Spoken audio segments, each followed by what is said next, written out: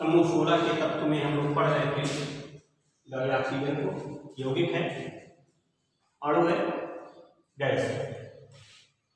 बनाने की विधि हो गया, भौतिक गुण भी हो गए। अब हम आते हैं रासायनिक गुण पर।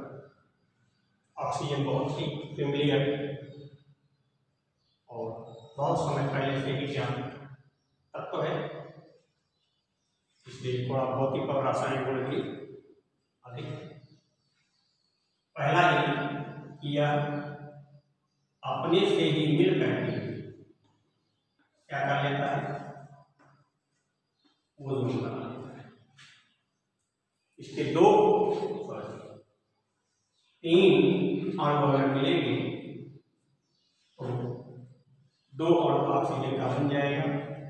याद है कि नीरो विद्युत धारा के साथ निर्वात में विद्युत धारा प्रवाहित होगी, चाहिए ऑक्सीजन के तीन अणु मिल करके क्या बना लेते हैं, ओजोन बना लेते हैं। धातु के साथ ही क्रिया करती है, अधातुओं के साथ भी क्रिया करती है, सबके ऑक्साइड बना लेते हैं। धातुओं के साथ क्रिया करके या धातु ऑक्साइड बना लेती है।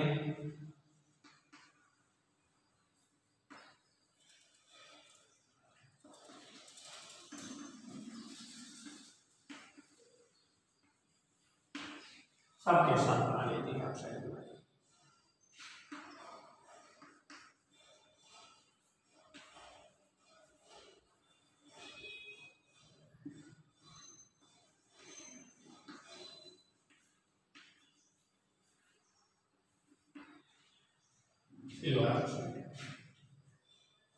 सबके साथ बैलेंस करना, बैलेंस कर लीजिए, यहाँ तो कर दीजिए, यहाँ तो कर दीजिए, तो कर दीजिए, बैलेंस हो जाएगा। यहाँ 4 कर दीजिए, यहाँ 2 कर लीजिए, बैलेंस। यहाँ 2 कर लीजिए, यहाँ 2 कर लीजिए, बैलेंस हो जाएगा।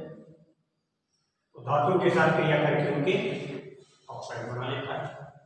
ये ऑक्साइड धातु के लाभदायक भी है और हानिकारक भी है। आयरन जैसे धातु में यही ऑक्साइड उनके इलाज का कारण बनता है, आयरन में जंग लगना शुरू हो जाता है। आयरन में कई प्रकार की क्रियाएं होती हैं।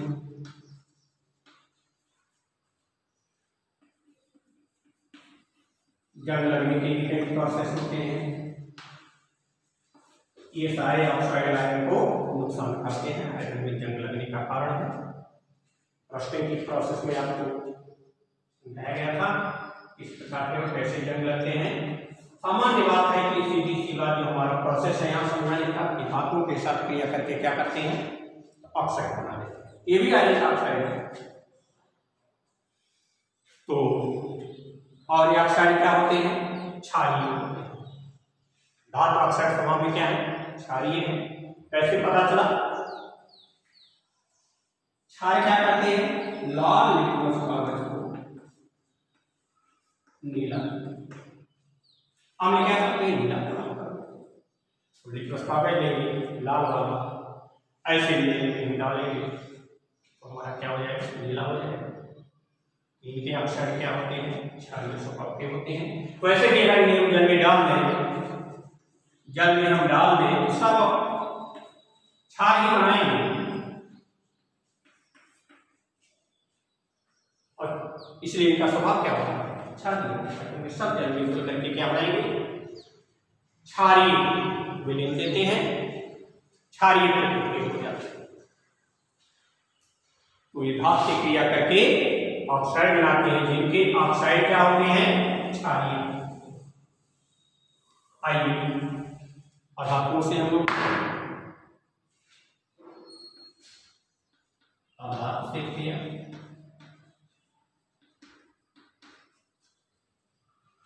धातु से क्रिया करके भी ऑक्साइड बनाएंगे। अंतर क्या है दोनों में, उनके ऑक्साइड अम्लीय क्षारीय थे, इनके ऑक्साइड क्या होंगे, अम्लीय ये हो जाएंगे। कैसे, C+O S+O SO और P प्लस P2O5 और N plus O2 N O2 N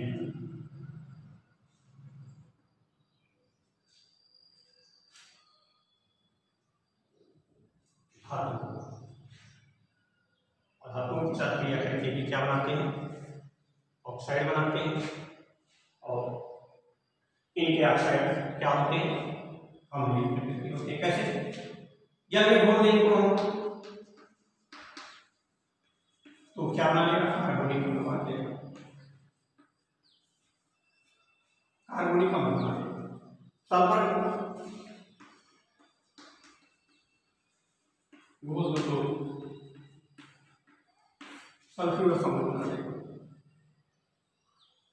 इस तरह से धातुओं के साथ भी ऑक्साइड, अधातुओं के साथ भी ऑक्साइड, धातु के ऑक्साइड क्षारीय नेचर के और अधातु के ऑक्साइड अम्लीय प्रकृति होती है।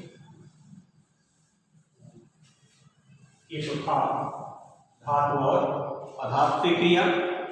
इसके बाद हम लोग देखते हैं कि ऑक्सीजन की और कार्य क्रियाएं क्या हैं। तो यह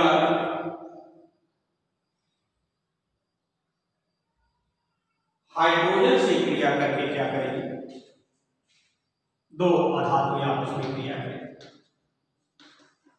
तो जल बना लेते हैं।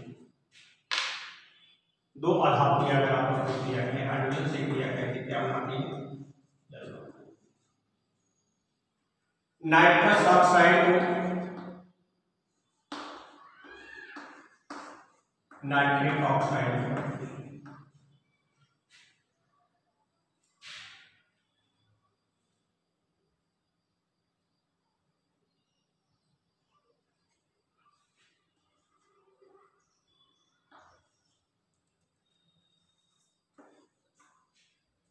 नाइट्रस को नाइट्रिक ऑक्साइड होती है। अमोनिया को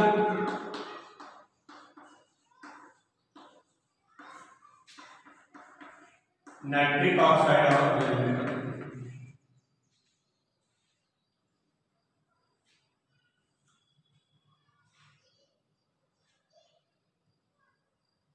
तीन और पांच, पांच में दो का, इसको हटाना सबको दो से गुणा करो, अपने आप दो हट जाएगी। अमोनिया से क्रिया करके क्या करती है, नाइट्रिक ऑक्साइड बनाती है। H2S से क्रिया करके क्या करेगी, सल्फर को मुक्त करेगी, सल्फर को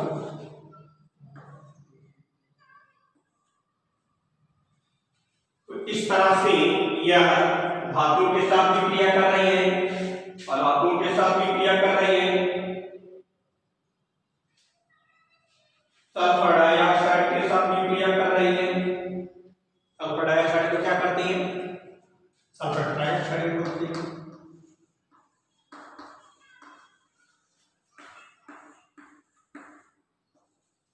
सल्फर डाइऑक्साइड को सल्फर ट्राइऑक्साइड में बदलेगी। HCl से क्या क्रिया करती है,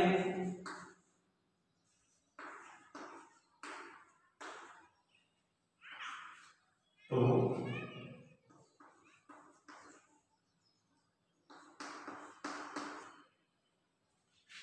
क्लोरीन गैस मुक्त कर देती है और कभी कभी HOCl बना देती है, 2HOCl हाइड्रोक्लोरस बना देती है और कभी कभी क्लोरीन को मुक्त कर देती है। क्लोरीन जलने के लिए है, इसका विलेन क्या कहलाता है, क्लोरीन जल कहलाता है। यहाँ पर एक क्लोरीन जल बन गया है और कभी कभी जो है विषम परिस्थितियों में यह हाइड्रोक्लोरस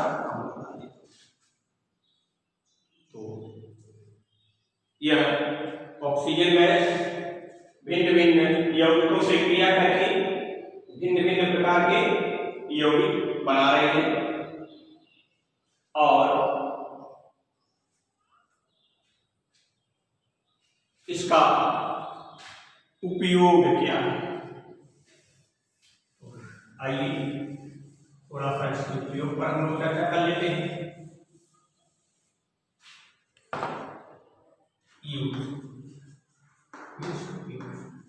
तो पहला क्या है,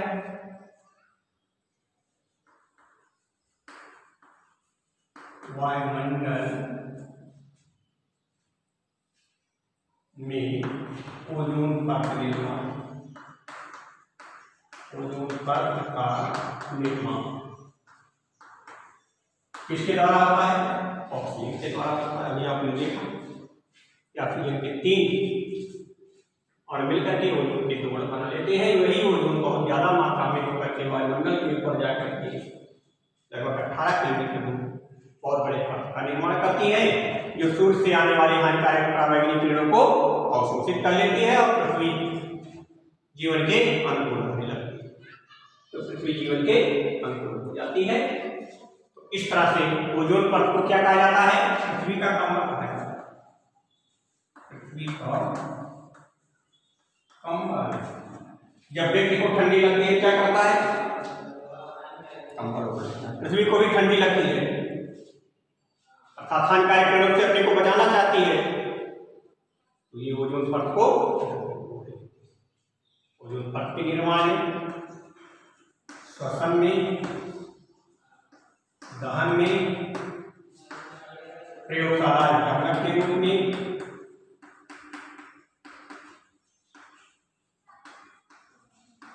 प्रयोगशाला अभिकर्मक के रूप में और ऑक्साइड निर्माण में, आम्ल निर्माण में इसका उपयोग होता रहता है। तो ऑक्सीजन के बाद हम लोग आते हैं ओजोन पर। ऑक्सीजन के बाद हम लोग कहाँ आते हैं? ओजोन पर। ओजोन के बारे में भी थोड़ी सी जानकारी ले लिया जाए, क्योंकि ऑक्सीजन की वायुमंडल में पर जाकर क्या बनती है? ओजोन परत बनाती है। आप लोग पहले भी देख चुके हैं, रासायनिक गुण में पहला था कि ऑक्सीजन के 3 अणु मिलकर के ऊपर जाकर। तो चलिए, ओजोन यह एक ग्रीक वर्ड है, ग्रीक वर्ड, इसका अर्थ होता है ओजो, मीन्स सूंघना। वैज्ञानिकों को इसके निर्माण की प्रोसेस, जब ऑक्सीजन गैस बनी, ज्यादा मात्रा में हुई थी, विशेष गंध का अनुभव हुआ और उसी विशेष गंध का अनुभव ज्ञात करने के लिए वैज्ञानिकों ने जब अध्ययन किया, उन्हें क्या मिला? ओजोन मिल गया। ओजोन किससे मिला था? गंध से मिला था, सूंघ करके मिला था, ओजो वर्ड से मिला था, इसलिए इसे क्या कहा गया? ओजोन नाम दिया गया। आइए सामान्य परिचय देख लेते हैं हम लोग। सामान्य परिचय में साधारण नाम क्या है? साधारण नाम क्या है? पृथ्वी का कंबल। पृथ्वी का कंबल। उपनाम क्या है? सुरक्षात्मक आवरण।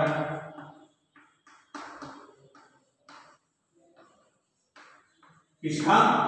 पृथ्वी का। क्या लिख सकते हैं आप? पृथ्वी का सुरक्षात्मक आवरण, इसका उपनाम है सुरक्षात्मक, प्रोटेक्टिव कवर। और रासायनिक नाम तो आप मालूम है, ओजोन। रासायनिक सूत्र क्या है? O3। और भार क्या होगा? 3 ऑक्सीजन है ना, 16 किया 48 हो जाएगा। संरचना सूत्र क्या होगा? संरचना सूत्र क्या होगा? तो हम जानते हैं कि ऑक्सीजन एवायतन कोष में 6 इलेक्ट्रॉन, 2 की कमी है, अर्थात 2 से साझा करिए दोनों अपने अष्टक को पूरा करिए। अब 1 ऑक्सीजन को ये 2 इलेक्ट्रॉन दे देता है, ये भी दे सकता है और ये भी दे सकता है, इसके 2 स्ट्रक्चर जाते हैं। दो पॉसिबल स्ट्रक्चर हैं, कौन कौन? ओ एरोमार ओ डबल बॉन्ड, ये भी पॉसिबल है और ये भी पॉसिबल है। ऐसे जिसके कई स्ट्रक्चर हो उसे क्या कहा जाता है? अनुनाद। ये अनुनादी संरचना का संकेत है। ओजोन में भी अनुनादी संरचनाएं पाई जाती है, क्योंकि ये भी ऑक्सीजन दे सकता है 2 इलेक्ट्रॉन और ये भी ऑक्सीजन 2 इलेक्ट्रॉन दे सकता है, इनका भी स्तर पूरा हो जाएगा। तो इनका ये संरचना सूत्र और गंध क्या है? तो विशेष गंध, जिसके द्वारा ये पहचाना गया। और अवस्था ये गैसीय है, लेकिन द्रवित करने पर द्रव में हल्की नीले रंग की और दाब को बढ़ाने पर ये ठोस अवस्था में भी, जिसे नीले रंग का ठोस कहा जाता है, ठोस अवस्था में भी। प्रकृति क्या है? तो एक ऑक्सीजन फाजिल है जो बड़े आराम से रिलीज हो सकता है और तमाम धातुओं को ऑक्सीकृत कर सकता है। तो ये क्या है? ऑक्सीकारक। ये इतना इनका सामान्य परिचय है। साधारण नाम, उपनाम, रासायनिक नाम, रासायनिक सूत्र, अणुभार और संरचना सूत्र, विशेष गंध, गैस है, प्रकृति, ऑक्सीकारक। इस तरह से सामान्य परिचय के बाद हम लोग आते हैं ओजोन निर्माण की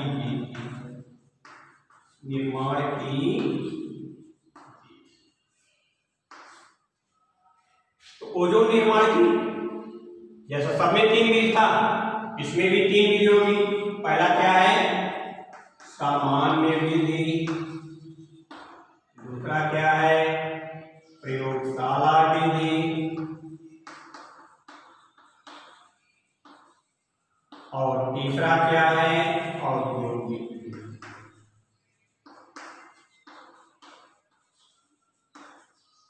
इन तीनों पैमानों पर ओजोन को बनाया जाता है, तीनों विधियों द्वारा। प्रयोगशाला में हम इसलिए बनाते हैं उसके गुणधर्म का अध्ययन कर सकें।